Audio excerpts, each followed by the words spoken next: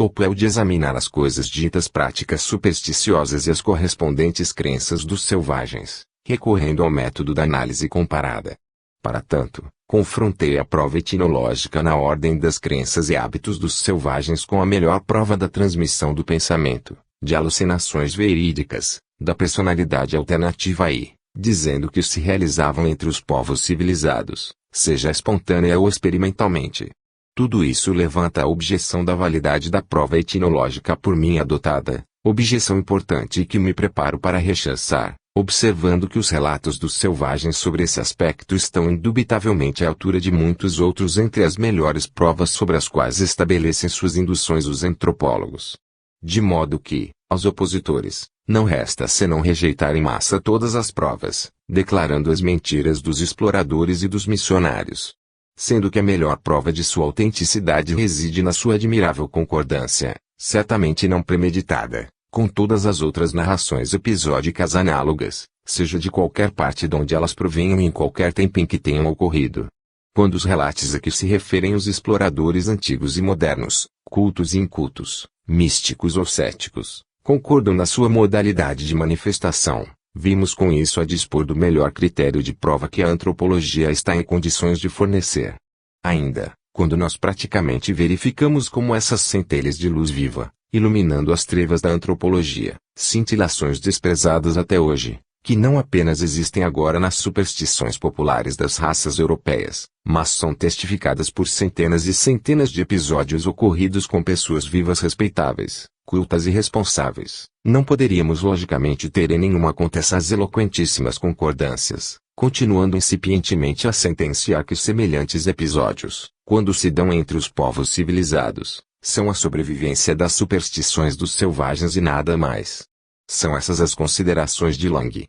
E, ao preparar-me para fornecer um ensaio de classificação das manifestações supranormais que se realizam entre os povos primitivos e selvagens, a mim só resta invocar, como desencargo de consciência, as razões mesmas invocadas pelo antropólogo citado, observando que, se não é possível tornar válidos os episódios que me disponho a referir, recorrendo às testemunhas diretas dos protagonistas e dos testes, não obstante deve-se ter na maior conta o fato de que as narrações dos exploradores e dos missionários não só concordam admiravelmente entre si, e também nos seus mínimos particulares e com as narrações dos episódios correspondentes que se realizam odiernamente, e se realizaram sempre entre os povos civilizados, de modo que não há quem não veja como essas eloquentes concordâncias sobre a modalidade de manifestações estranhas e inusitadas, concordâncias muito numerosas para poder se explicar com a cômoda hipótese de coincidência fortuita, levam logicamente a reconhecer a autenticidade dos fatos.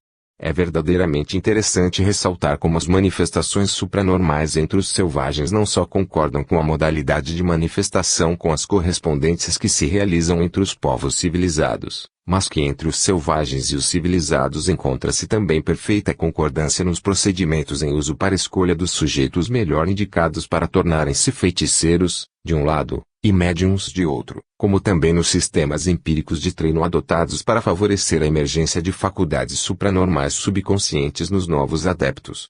Como constatamos entre os Zulus, os Esquimós, os Samoyedi, os feiticeiros médicos são escolhidos na classe que na Europa fornece os melhores sujeitos hipnotizáveis, vale dizer, entre os jovens psicopatas, ou nervosos, ou histéricos, ou também epiléticos, que depois são submetidos a longas e metódicas práticas de treinamento, entre as quais são de praxe os longos jejuns, um isolamento rigoroso nas cavernas, a ingestão de drogas especiais, a aspiração de vapores exalastes das brasas ardentes, mas a prática diária de métodos de autossugestão e auto-hipnose.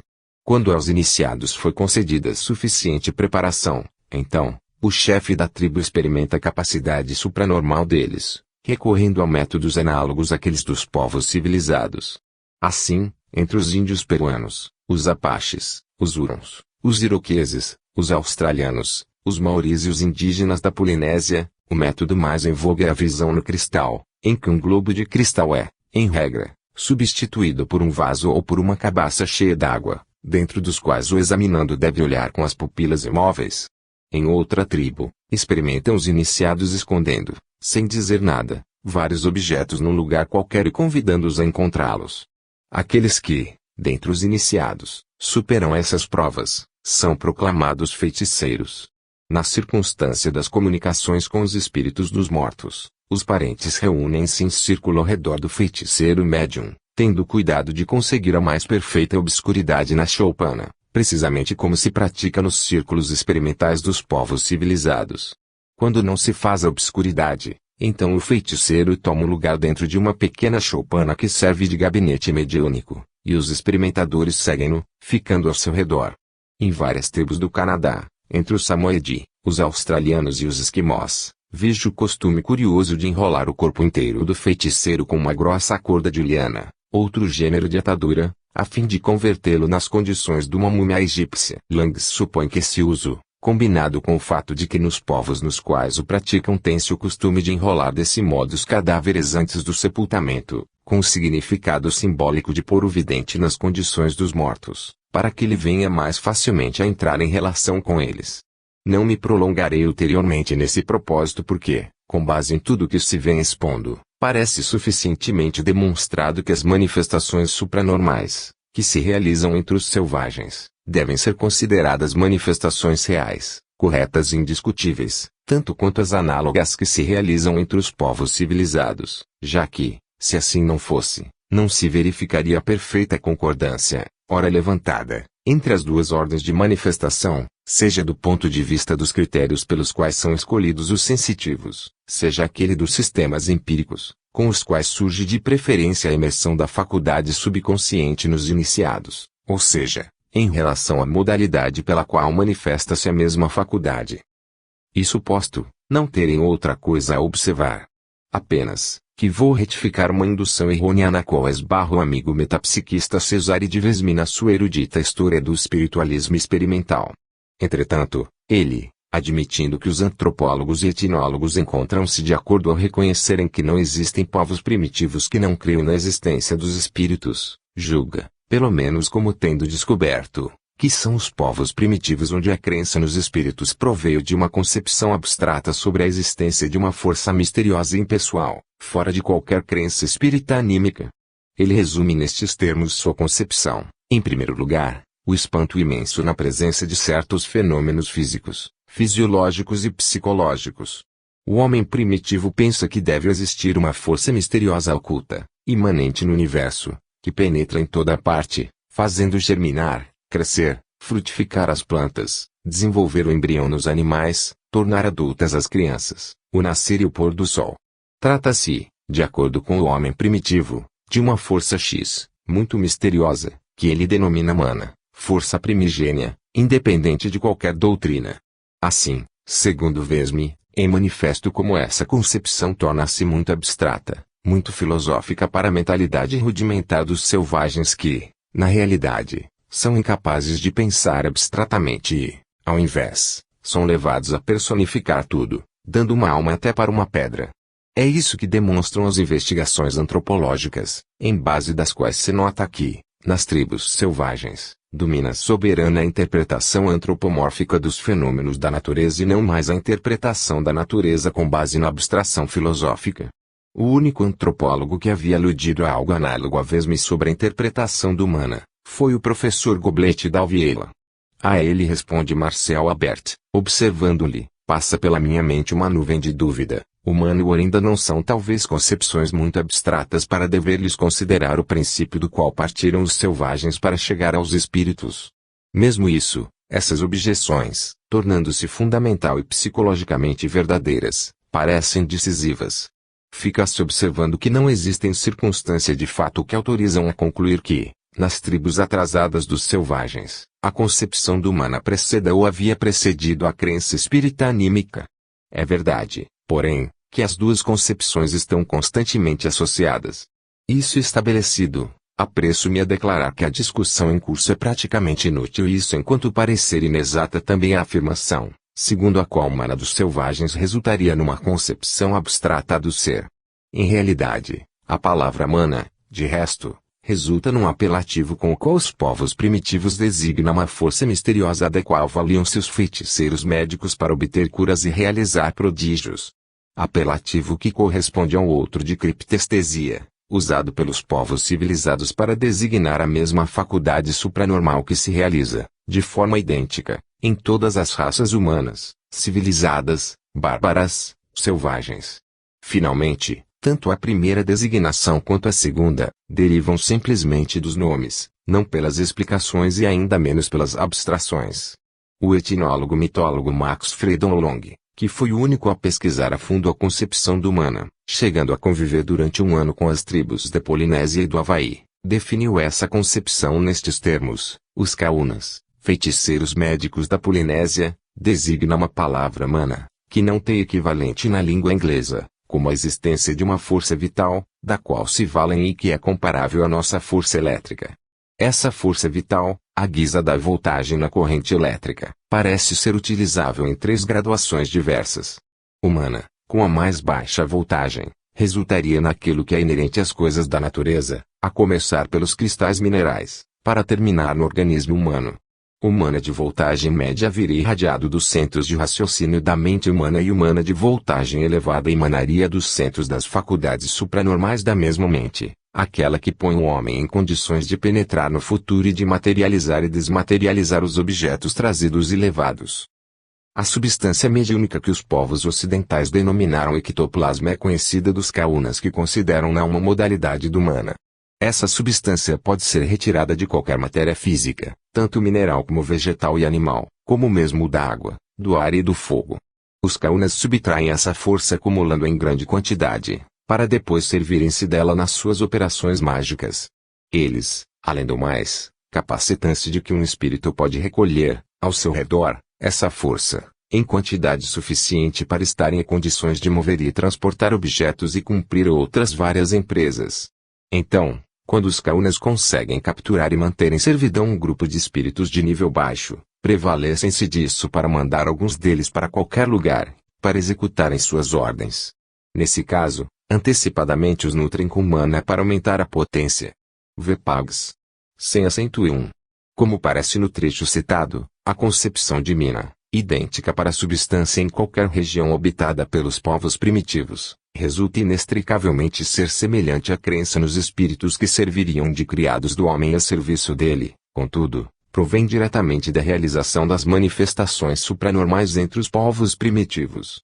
Sendo assim, então, essas manifestações das quais emerge uma vontade operante provida de poderes mágicos, poderiam sugerir a quem sofresse a influência da autoridade do feiticeiro médico, como também aos que assistiam, a ideia da presença invisível dos agentes espirituais. Essa é a origem positiva e racional da crença nos espíritos, crença assentada entre os selvagens sob a base concreta dos fatos. Quanto à origem da outra concepção a respeito da existência de uma força vital operante nas práticas mágicas, parece, entretanto, evidente que ela foi sugerida à mente do selvagem pelas mesmas práticas e não pela meditação filosófica sobre o mistério do universo. Sobretudo, sucede que essa concepção tomou corpo depois do advento da espirítica. Ou, se quiser, simultaneamente com ela, nunca antes. De resto, assim como a tese fundamental que relata o presente trabalho, tem por fim precisamente demonstrar, sob a base dos fatos, verdades tão manifestas, não é o caso, por ora, de acrescentar posteriores considerações. Passo, portanto, à classificação dos casos, começando por uma rápida excursão pelo vasto campo dos fenômenos físicos, ou prevalentemente físicos, de ordem supranormal. 1. Pancadas e quedas, movimentos de objetos à distância, telecinesia, levitação humana. As manifestações de natureza acima indicada ocupam um lugar respeitável na origem das crenças anímicas dos povos primitivos, e Lan tem razão quando afirma que uma das principais causas que deram origem à religião fetichista entre os selvagens provém da observação dos fenômenos de objetos que se moviam sem contato na presença dos feiticeiros. Ele escreve: agora procuraremos demonstrar como provavelmente o feticismo, crença de que um espírito anima ou governa objetos inanimados, ou se comunica por meio deles, tem origem nos eventos que talvez não sejam normais, ou que, pelo menos, parecem supranormais para os selvagens. Havíamos visto qual é a razão pela qual um selvagem pressupõe que um espírito more numa certa relíquia inanimada, como num crânio ou em outros restos humanos, mas, como ele pode chegar a presumir que um espírito habite num pedaço de madeira ou numa pedra? Charles Darwin viu duas mulheres feiticeiras na ilha de Keeling, que haviam vestido uma pesada colher de madeira à guisa de uma boneca. Colher que antecipadamente haviam colocado sobre a tumba de um seu querido defunto. Ora, aconteceu que, a cada retorno do plenilúnio, aquela colher se animava, saltando e dançando convulsivamente, como fazem as mesinhas nas modernas sessões espíritas. John Bale, na obra Joanenhaza, cita o episódio de um lama mongol a quem lhe haviam sido roubadas diversas peças de damasco. O método a que ele recorreu para descobrir o culpado foi o seguinte: sentou-se numa cadeira e esta, serpenteando e saltando, transportou até a tenda do culpado. Em circunstâncias semelhantes, os indígenas creem ingenuamente que a cadeira seja animada por movimentos espontâneos. Mr. Rowley informa que, em Mangajá, um feiticeiro, propondo-se a descobrir um criminoso, pôs-se a praticar cerimônias mágicas com 2 bastões de madeira que colocou entre as mãos de um jovem. Ele prossegue assim: de um momento para outro, os bastões começaram a agitar-se violentamente entre as mãos do jovem. Depois, forçaram-no a girar vertiginosamente como se estivessem em delírio e, por fim, escaparam-lhe das mãos, indo rolar no chão, aos pés da mulher de um chefe, que foi logo denunciada como culpada. Duff MacDonald, descrevendo as práticas mágicas em uso entre os Siaos, observa: os feiticeiros entregaram a um homem um bastão que, depois de algum tempo, começou a agitar-se como se estivesse animado e, finalmente, ele arrastou quem o segurava, em grande velocidade, na direção do ladrão ou do culpado. Esta última façanha, em país selvagem, lembra outras análogas na Europa, e especialmente a do famoso Jacques Aymar de Lyonne, descobridor de assassinos mediante a varinha divinatória. O Dr. Codrington encontrou na Melanésia um costume análogo. Nesse lugar, creem explicitamente que os bastões sejam movimentados por espíritos. O mago e uma outra pessoa pegam o bastão, cada qual por uma ponta, perguntando qual é o espírito que atormenta o consulente. Quando o espírito obsessor é chamado, o bastão se agita violentamente. Entre os Zulus, manifestações semelhantes assumem aspectos curiosos. Já havíamos narrado a anedota de um Zulu, de nome John que, tendo um shilling para gastar, consultou um feiticeiro, a quem depois não quis pagar, porque a resposta titubeante do mesmo não o satisfez, reservando o seu dinheiro para uma outra manifestação mais meritória. Ele se dirigiu a um médium de nome Onomantsinsi, que adivinhava por meio dos Umabakula, bastõezinhos dançantes que são descritos, como segue, pelo mesmo Zulu consulente: quando falam não, eles caem por terra; quando falam sim, levantam-se e dançam ao redor animadamente, depois pular a zero acima da pessoa que veio consultá-los e firmam-se no ponto em que se encontra a enfermidade do consulente. Se ela se encontra na cabeça, eles pulam sobre a cabeça. Nós tínhamos mais fé nos Umabakula do que nos feiticeiros. Mas, vê-se que são poucos. De qualquer modo, Jó ficou plenamente satisfeito, pagou seu shilling e voltou ao acampamento. Esses bastõezinhos têm o comprimento de um pé. Não parece que se acredite que são movidos por espíritos, como não parece que são considerados como fetiches. Tylor cita uma forma bastante familiar entre os selvagens de experiências com pêndulo. Entre os Karens, é suspenso um anel por um fio sobre a bacia metálica.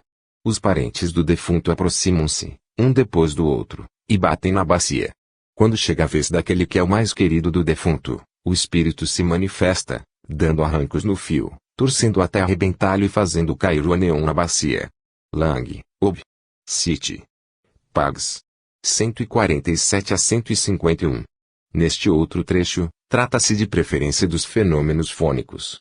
Sobre eles, refere-se Luiz Jacoliot, presidente da Corte de Justiça de Chandanagar, na Índia, no seu livro Occult Science Índia. Ele experimentou por muito tempo, na própria casa, com o célebre fakir, de nome Kavindasamy, assistindo a manifestações notabilíssimas, rigorosamente controladas. Do ponto de vista aqui considerado, eis o que ele tem para contar: o fakir estendeu ambas as mãos na direção de um grande vaso de bronze cheio d'água. Transcorridos 5 minutos, o vaso começou a balançar na sua base. Depois, começou a se aproximar do fakir, rastejando devagar e sem se sacudir. À medida que a distância diminuía, ressoavam sobre o vaso de bronze golpes metálicos, sempre mais frequentes e sonoros, como se fossem pancadinhas de uma vara de aço. Em certos momentos, as pancadas seguiam-se muito rápidas e apressadas, transformando-se em um barulho semelhante a uma chuva de granizo sobre um teto metálico.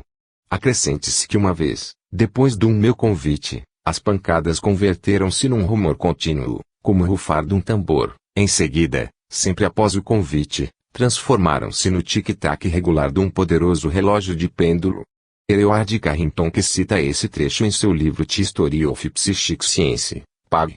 235, observa a respeito: vou comparar a descrição exposta com a seguinte, de William Crookes, na qual se descreve um fenômeno análogo, ocorrido com o médium Dedeome. De repente, ouviram-se pancadinhas sobre o pergaminho estendido, como se fossem atirados duros grãozinhos de areia.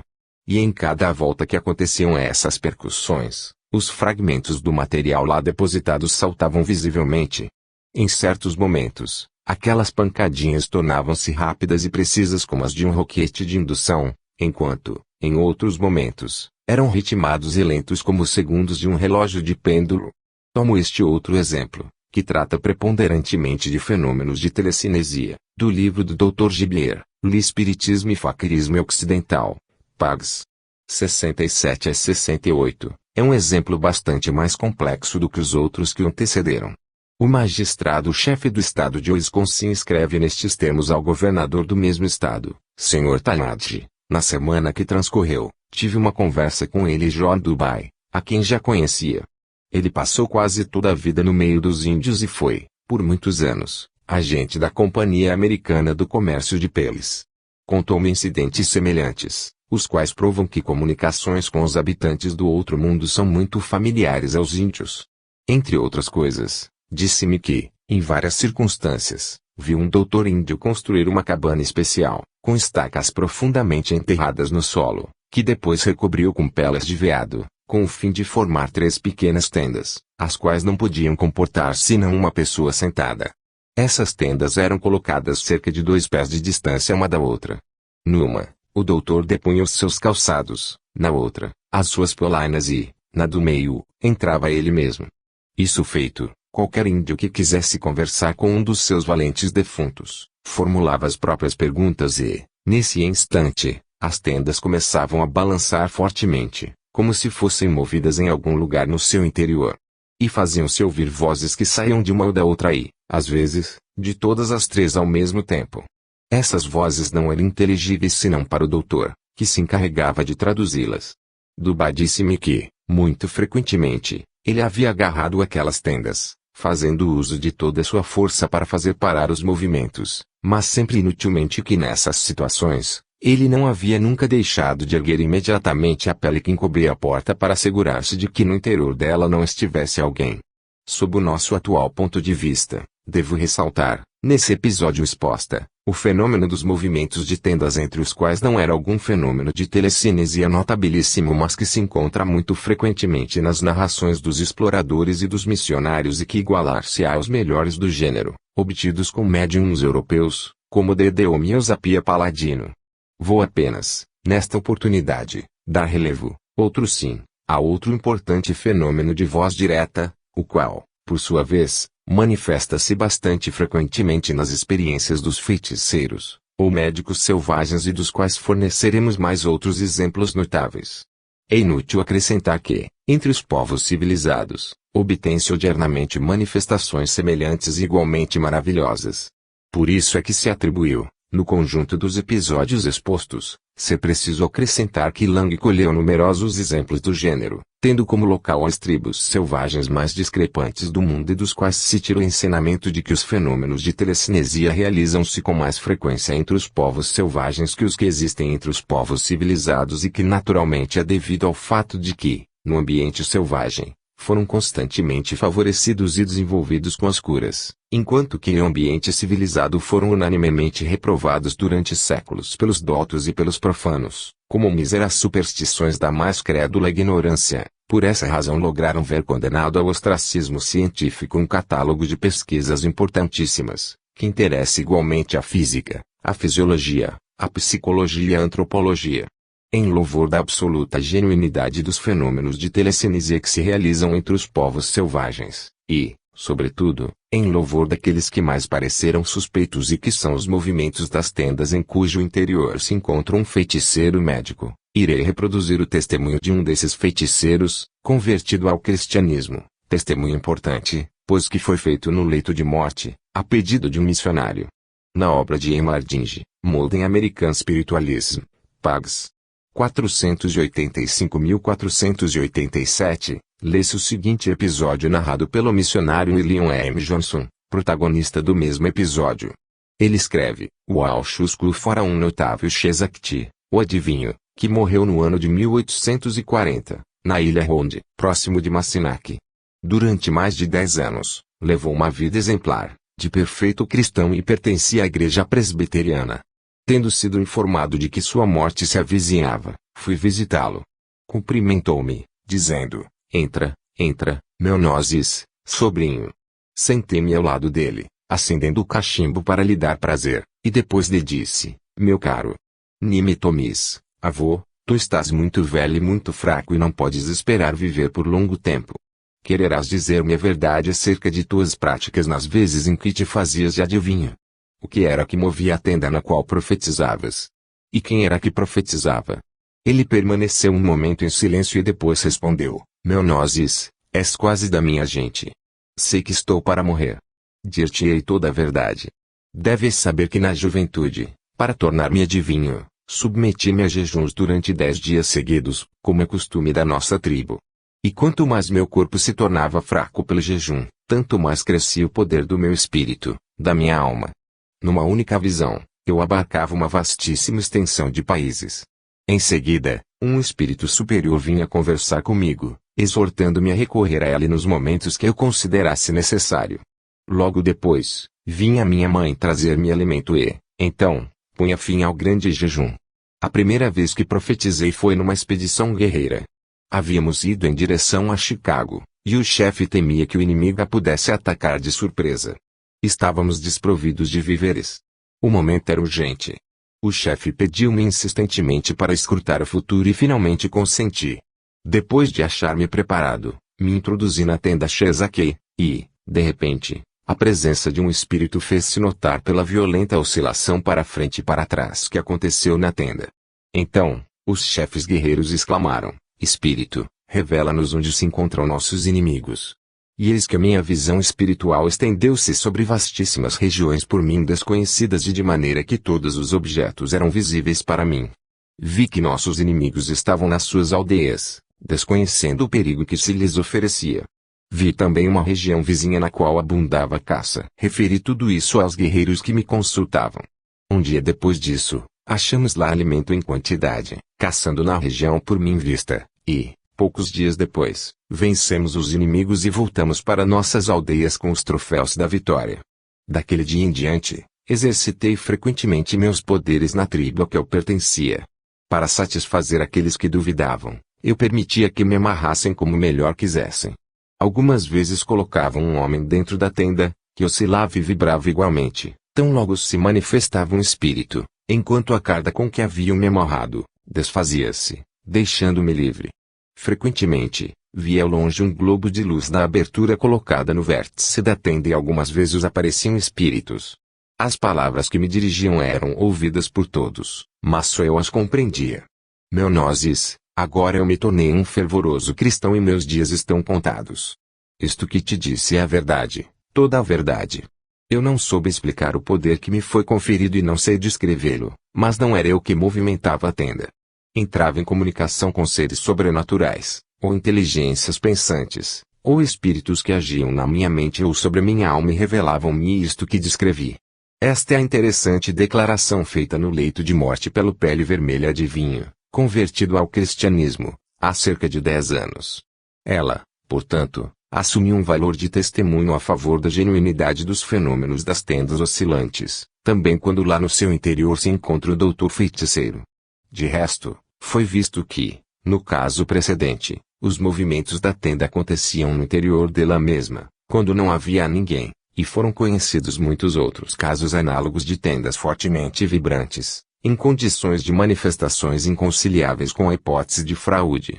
Sem contar que essa hipótese não é sustentada por alguma façanha dos bastõezinhos animados, anteriormente referida.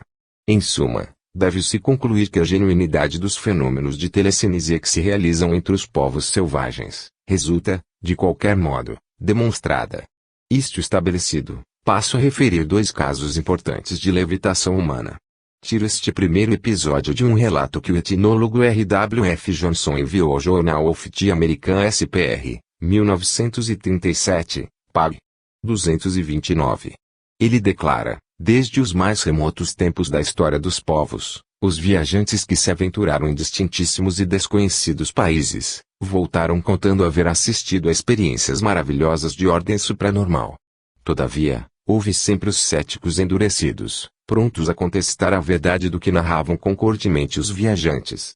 E odiernamente também em que viajar para quaisquer regiões do mundo é empresa fácil, os exploradores e os missionários continuam a contar a mesma maravilha, mas os falsos eruditos de todos os grupinhos não se rendem, não discutem, não refletem e escapam, atribuindo-lhes a fantasia muito fervorosa de observadores incompetentes. O escritor, contudo, sabendo resguardar-se, à sua volta, da condenação dos falsos eruditos, sente o dever de referir 2 importantes experiências a que pôde assistir no norte da Índia, por obra dos poderes extraordinários de 2 yogis, experiências que o levaram a inferir que, se os nossos 5 sentidos valem ainda para alguma coisa, então, isso que se observa coletivamente em grande quantidade, deve considerar-se como tendo efetivamente acontecido. Em primeiro lugar, pude assistir a uma levitação humana, que se deu em circunstâncias que indubitavelmente não foram preparadas antes. Fui convidado para uma recepção que o governador civil da Índia oferecia ao chefe da tribo da província de Peshawar. Na recepção, estava incluído um entretenimento no qual um yogi executava toda sorte de truques com cartas, à maneira dos prestidigitadores. Entretanto, ele fez assistir também à levitação de uma menina que ele havia trazido. Estava junto com todos, no meio de um prado coberto de ervas, que servia de palco para o jogo de cricket. Nessas condições experimentais certamente não era possível cometer enganos. A menina colocou-se por terra, reclinando a cabeça sobre a mão direita e entregou-se ao descanso como de uma pessoa deitada na cama. Seu outro braço estava esticado ao longo do corpo, com a mão que apertava um bastãozinho de bambu, delgado como um lápis e que estava fincado no chão, à guisa de uma estaca para sustentar ervilhas. O yogi pôs-se a fazer alguns passes magnéticos ao longo do corpo da menina que logo caiu em transe. Então, o corpo dela, rígido, começou a elevar-se lentamente, até alcançar a altura de 4 pés. O único contato que a menina tinha com o chão era feito com sua mão, que tinha conseguido elevar-se do corpo, escorregando passivamente ao longo do bastãozinho. Não é preciso fazer-se notar que aquele débil bastãozinho não poderia suportar o peso de uma menina, sem que resultasse ser fisicamente impossível para ela manter-se no ar, com o corpo na horizontal. Os espectadores foram convidados a passar as mãos em torno do corpo da menina que flutuava no ar, assim como também a apalpar-lhe o mesmo. Foi isso que valeu para convencerem todos, de maneira decisiva, que nada existia que pudesse sustentar no ar aquele corpo. Repito, ainda uma vez, que essa experiência teve lugar no meio de um campo coberto de ervas.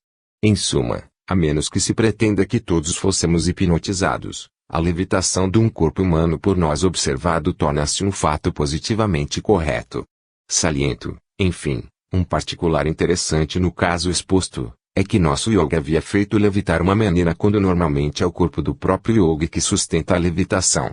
Os espectadores discutiram por longo tempo esse prodígio a que haviam assistido, chegando à conclusão de que todos haviam observado exatamente os mesmos particulares no desenvolvimento do fenômeno. Os espectadores europeus foram concordes em reconhecer haverem assistido a um fenômeno inexplicável pela ciência oficial, enquanto alguns dentre eles acabaram exclamando: só Deus poderá explicá-lo.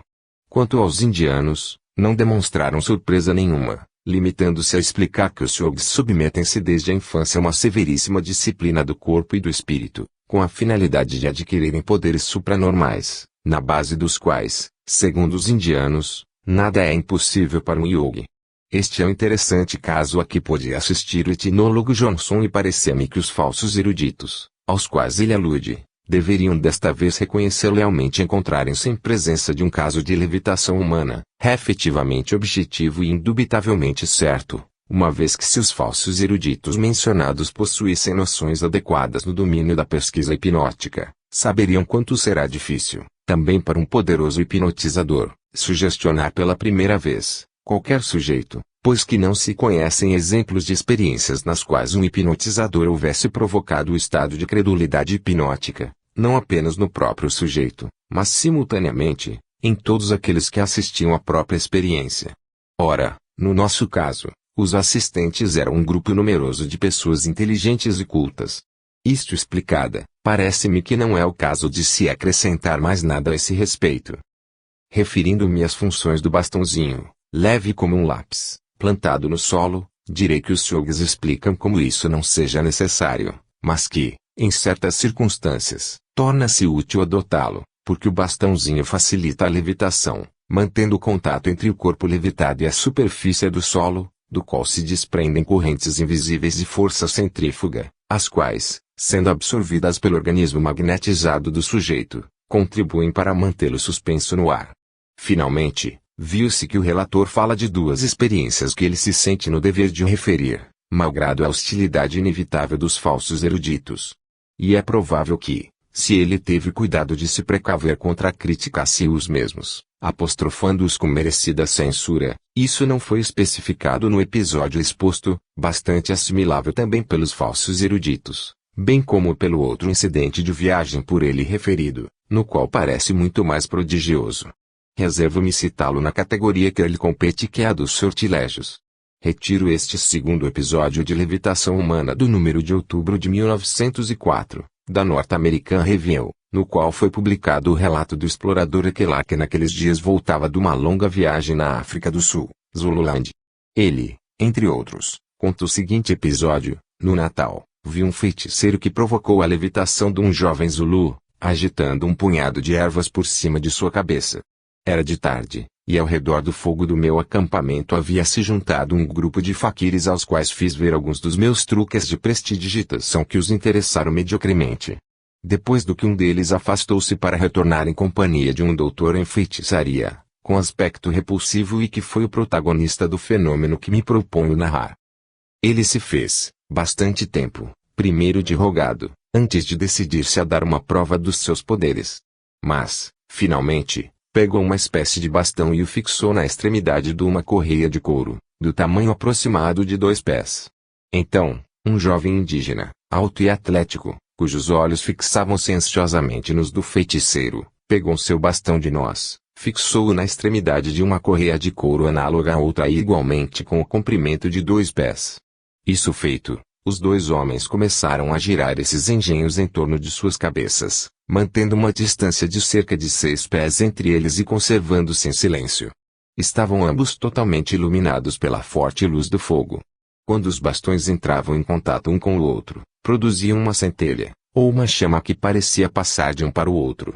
E, na terceira vez, nessas centelhas produziu-se uma explosão, em seguida da qual o bastão do jovem Zulu ficou em pedaços e ele caiu de bruços no chão, privado dos sentidos. Então, o feiticeiro ajuntou uma porção de ervas longas, cujo caule estava distante cerca de 3 pés.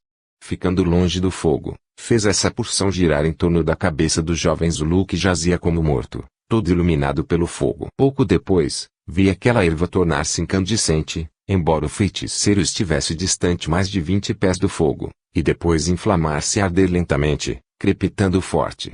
Então o feiticeiro aproximou-se bastante do corpo exânime do indígena, passando levemente aquelas ervas em chamas diante do seu rosto, à distância de 1 pé.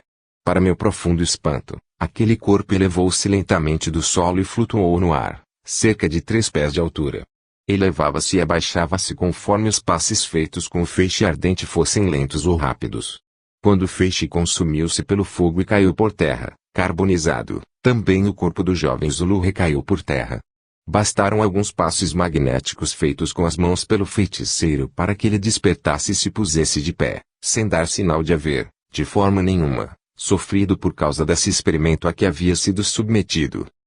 Não é o caso de se salientar que os fenômenos de levitação do corpo humano se realizaram sempre e se realizam eternamente nos povos civilizados. É suficiente acenar para as famosas levitações de San Giuseppe da Cupertino, de Deome, de William Stanton Moses e, mais recentemente, do célebre médium islandês Indrid Indridason. O que há de novo no episódio exposto é a modalidade inusitada da qual se vale o feiticeiro Zulu para alcançar o objetivo.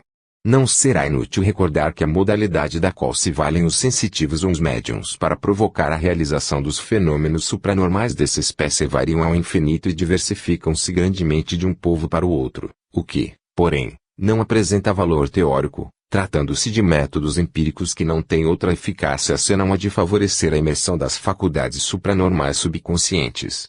E para tal escopo, todos os métodos equivalem-se na condição de que quem os adota creia cegamente na sua eficácia. Aqui, não apenas nos encontramos diante de circunstâncias episódicas que não posso considerar no mesmo pé da variedade habitual dos métodos empíricos predisponentes a uma dada forma de manifestações supranormais, já que o fenômeno do bastão, daquele que se fazia de sujeito, demonstra que, nas práticas do feiticeiro, entrava, de alguma maneira, a eletricidade sob forma de saturação eletromagnética do bastão, ou do sistema nervoso dos protagonistas.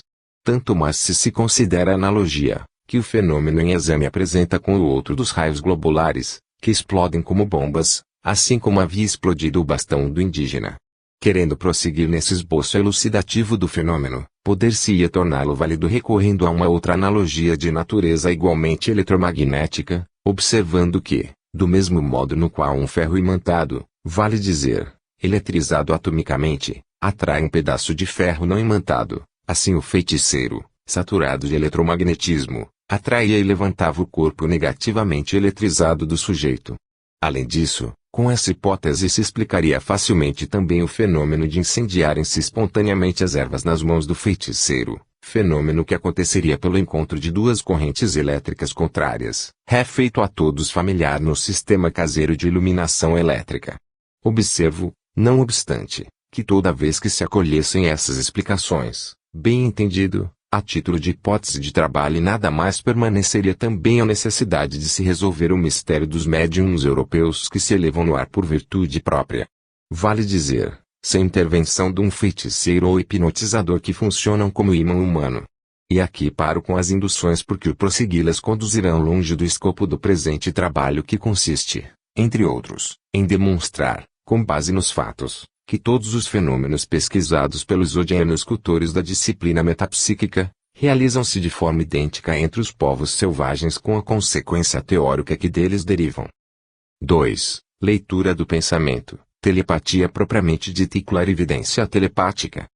Passando a expor exemplos de manifestações supranormais de ordem inteligente, ou prevalentemente como tais, começo pelos fenômenos de leitura ou transmissão do pensamento a pequena distância, para, em seguida, deter-me mais longamente sobre variados e interessantes episódios de transmissão, ou recepção de notícias e eventos ocorridos naquele intervalo de tempo, a distâncias algumas vezes enormes, acontecimentos muito comuns entre os povos primitivos. Retiro este primeiro exemplo de leitura do pensamento a curta distância, do livro de Henri de Monfreid, La Guerre Neurogaden, Milão, 1936. Retomo os fatos que precedem o acontecimento. Nos tempos em que reinava na Abissínia o imperador Nenelik, o engenheiro Caputi trabalhava na Etiópia, a serviço da Itália e tinha com ele um jovem etíope de nome Tadessa, por meio de quem enviava ao seu destino mensagens secretas sobre política. O relator prossegue, Tadessa não pensava realmente trair sua pátria, levando aquelas cartas misteriosas, fazia simplesmente seu dever de empregado. Uma vez, durante uma de suas viagens, deteve-se para repousar, a pouca distância de Ancober, na casa de um chefe abissínio.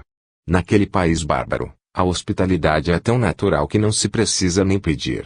Naquele dia, fora descoberto um roubo e o Lebacia, chamado com urgência, estava para entrar em transe, com o fim de revelar quem era o culpado. A bizarra prática em questão está ainda em uso na Abissínia e tem força de lei.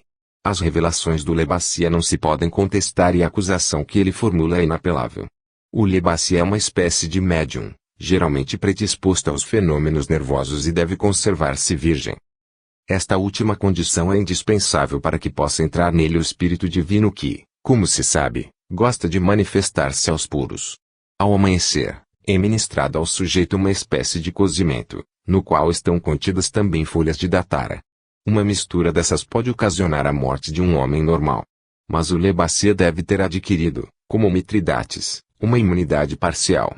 De fato, ele é preso unicamente de uma sensação de embriaguez, durante a qual parece participar verdadeiramente da vida de um outro mundo. Age, então, como um sonâmbulo, por todos os lugares onde houve roubo, apalpa, roça de leve, cheira e acaba por achar a coisa roubada, se está escondida, e depois, o ladrão, se estiver presente. Tadessa devia assistir com os outros à cerimônia porque ninguém pode sair da casa antes que o Lebacia tenha falado. Sentia-se inquieto por causa da mensagem secreta escondida no cano de sua espingarda e pensava insistentemente nela. Havia depositado num ângulo do tucu, escondendo-a com o ciama, capote. Aquele pensamento insistente foi certamente a causa da desventura que caiu sobre o pobre Tadessa. O Lebacia, quando se apresentou diante dele, parou. Todos os presentes ficaram impressionados, segurando a respiração. O médium afastou-se de Tadessa e, sem hesitar, foi pegar o cano que estava embaixo do ciama. Certamente que o verdadeiro ladrão, naquele momento, não acreditava nos próprios olhos. Ninguém compreendia por que o Lebacia fora ido pegar aquele cano de espingarda, pertencente a um homem vindo de longe e insuspeito de ser o autor do furto, porque o roubo havia sido perpetrado no dia anterior. Mas o Lebacia é guiado pela mão de Deus, nenhum ato dele pode ser em vão. De qualquer modo, ele havia abandonado o objeto que lhe havia chamado a atenção por um momento e continuava sua misteriosa investigação. Sendo assim, o viajante, hóspede por uma noite, já estava fora do assunto. Contudo, o dono da casa teve a ideia de examinar o cano da espingarda do viajante, numa extremidade da qual, numa fenda feita com uma faca, estava enfiada uma carta. Ele examinou-a curiosamente, tentando adivinhar por que o Lebacia esteve interessado por alguns segundos naquele gobença, bastão. Notou que a extremidade inferior do cano da espingarda estava tapada com cera. Tirou a cera com a unha do polegar, descobrindo o esconderijo no qual estava oculto um rolinho de uma carta. Aquele rolinho despertou suas suspeitas, tanto mais que naquela carta estavam traçados caracteres desconhecidos, seguramente italianos. O chefe abissínio mandou prender logo Tadessa e mandou imediatamente o escrito para o Guebi de Menelik, em Addis Abeba.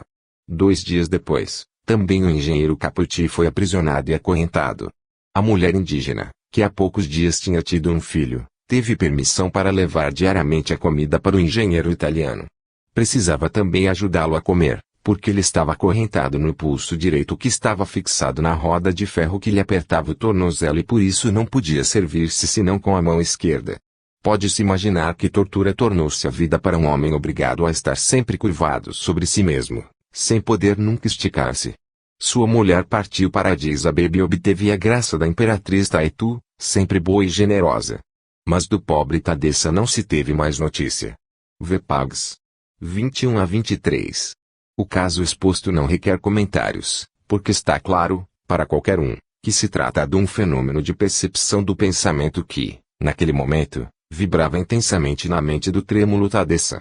De modo que as condições de transe permitiram ao Lebacia captar-lhe o segredo. Foi isso que o havia induzido a dirigir-se, sem hesitar, para o lugar onde jazia a espingarda na qual se ocultava a mensagem fatal. Entretanto, nesse ponto, surge uma pergunta: por que o Lebacia não revelou aquilo que manifestamente sabia? Por que decidiu-se, ao invés, a repor a espingarda no seu lugar, sem revelar o segredo? Dir-se-ia que havia agido dessa maneira por um sentimento humano para com o pobre mensageiro, tanto mais que a coisa não dizia respeito ao autor do roubo do qual estava encarregado de descobrir. Este outro episódio, de certa forma análogo ao precedente, assinala agora um progresso na amplitude da faculdade de clarividência. Retirei-o da Lid, 1929, Pag. 574. MRS. Tony Warner Staples, que viveu por muitos anos na África do Sul, trata do tema sobre manifestações supranormais entre os povos primitivos e se detém para falar da notabilíssima faculdade de um feiticeiro médico, Khafre, de Kingsu Ilionton, que possuía uma licença para executar suas faculdades curadoras, licença que obteve porque os seus melhores clientes eram europeus. De resto, a lei não tinha podido culpá-lo porquanto oferecia e gratuitamente executava seus poderes no sentido benéfico. MRS.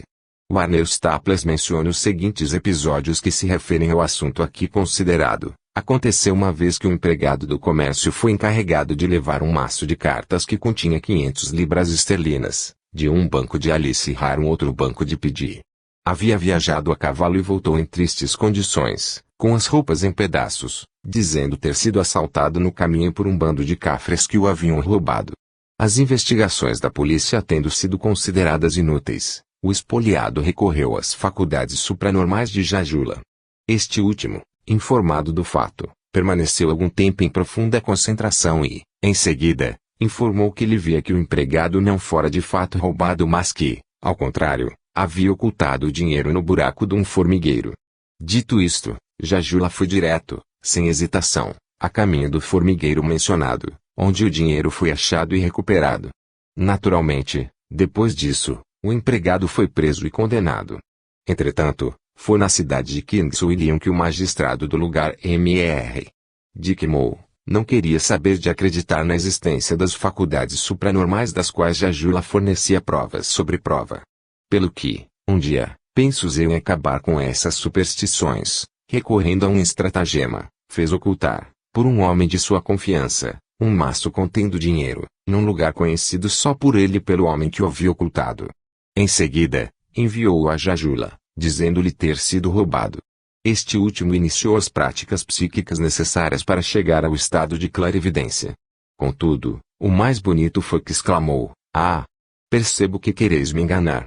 O dinheiro não foi roubado, sabeis que o haveis escondido. Agora vos conduzirei ao lugar." E o cafre, seguido de uma multidão de curiosos, dirigiu-se rapidamente ao local, indicando o ponto preciso onde se encontrava o dinheiro.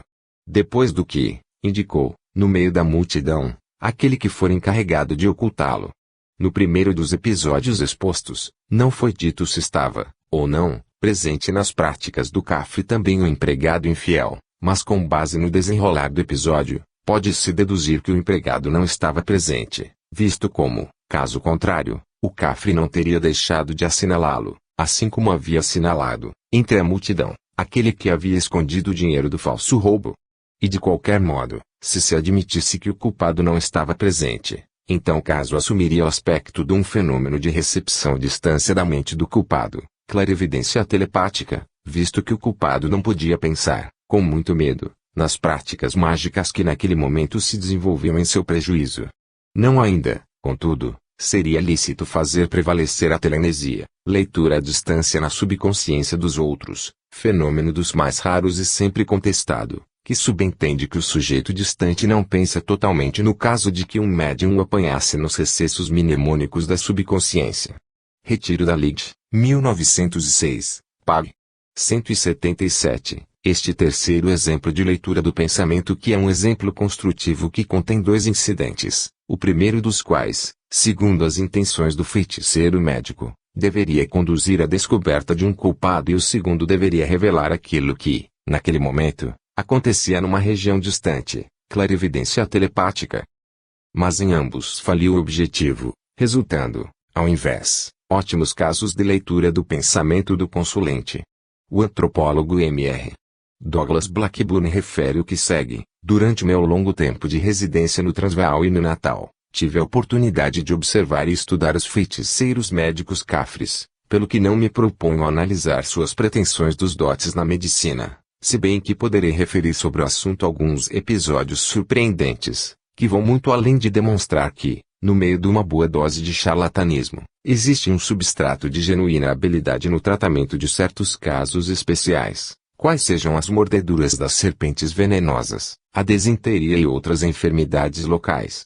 Por exemplo, seria desejável que alguma pessoa qualificada na medicina assumisse o encargo de investigar a faculdade maravilhosa, mas incontestavelmente verdadeira, que revelam alguns desses doutores na tarefa de conservar a aparência juvenil, ou melhor, de retardar a velhice nas jovens eleitas esposas dos seus chefes.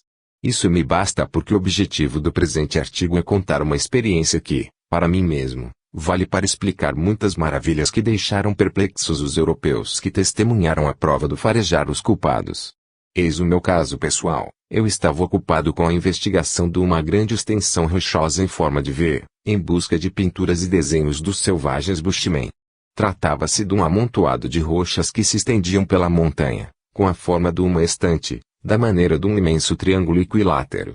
Enquanto estava absorvido nessa tarefa, vi a minha espingarda, que estava encravada numa fenda da rocha, num embrulho de pele de tigre, e logo a reconheci porque eu havia depositado na escuderia. Minhas suspeitas caíram sobre um jovem cafre de péssimo caráter, que me trazia correspondência, e que por isso passava frequentemente pela localidade onde a pele roubada tinha sido escondida. Alguns dias depois, chegou naquelas paragens um feiticeiro médico viajante, a simples título de passatempo. Disse-lhe que, se ele fosse capaz de descobrir o autor de um roubo, eu o recompensaria com meia coroa. Não lhe forneci particulares, salvo um ponto a informação generalizada de que o furto havia sido cometido. Uma trintena de indígenas veio presenciar o espetáculo do farejamento do culpado. Entre eles, encontrava-se o jovem do qual eu suspeitava, de modo que redobrei as precauções para não fornecer involuntariamente ao feiticeiro qualquer traço revelador, mediante um olhar ou uma palavra. O feiticeiro começou seus esconjuros, gesticulando, murmurando palavras misteriosas e traçando com o bastão diagramas no terreno, consistindo de linhas curvas e irregulares, que depois tornavam-se triângulos. Continuou por algum tempo a traçar e desfazer diagramas, emitindo gritos guturais e proferindo certas frases sugestivas que eu conservei bem na memória, mantendo-me constantemente diante dele, a fim de que nada ele pudesse adivinhar pela expressão do meu rosto. Transcorridos alguns minutos, avançou resolutamente para os espectadores, apontando o bastão na direção de várias pessoas, mas constantemente demorando-se um pouco em frente ao jovem por mim suspeitado, que finalmente indicou como culpado. 2 dias depois, vim a saber que a pele roubada fora escondida na fenda por uma mulher indígena e que o jovem, por mim suspeitado, ignorava completamente toda a coisa. Não se deverá talvez concluir que o feiticeiro lesse inconscientemente no meu pensamento a suspeita injustificada que me fazia acreditar na culpabilidade daquele jovem.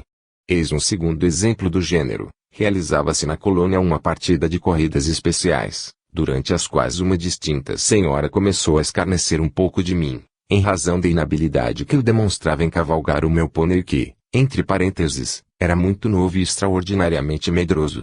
Num momento de cólera, desafiei a competir com meu cavalo, fazendo o que eu não tinha sabido fazer. Ela era uma excelente cavaleira e aceitou, tirando o estribo da direita da sela e usando-o do modo como fazem as senhoras na colônia quando usam selas masculinas. O meu potro indomável não tardou a ficar assustado, lançando-se numa carreira furiosa no meio de uma extensão de rochas agudas e perigosas e, em consequência, fazendo-me passar por momentos de grande ansiedade e remorsos, mas afortunadamente tudo acabou bem e a senhora voltou incólume da prova. Alguns meses depois, a mesma senhora junto com seu marido, pensou em vir encontrar-me. E com essa finalidade, o marido mandou pedir-me para enviar um cavalo para sua mulher. Por causa de um deplorável mal-entendido, meu cafre entregou aquele mesmo potro que havia posto em perigo a vida da senhora. Fiquei muito contrariado, pensando, com razão, que um fato semelhante poderia ser mal interpretado. Passei, por isso, uma manhã muito nervoso. Depois do jantar, chegou ao país o mesmo feiticeiro médico outra vez, coisa que de resto ele fazia frequentemente. Pedi-lhe para julgar seus dons, ossinhos para adivinhações, a fim de me dizer quem viria para me encontrar naquele dia. Depois dos habituais procedimentos preliminares de encantamento, anunciou-me que um branco em Cous, chefe, e uma senhora branca, em Cozizã, estavam ao caminho, acrescentando que a senhora estava vestida toda de branco. Na ocasião da corrida perigosa a senhora vestia um traje de cavaleira todo branco. Continuou dizendo que ela montava um potro indomável, descrevendo um episódio de fuga desordenada e perigosa, em tudo análogo ao que ocorrera alguns meses antes. Quando meus visitantes chegaram, achei que a senhora vestia um traje inteiramente escuro e que na viagem não lhe havia ocorrido incidente algum.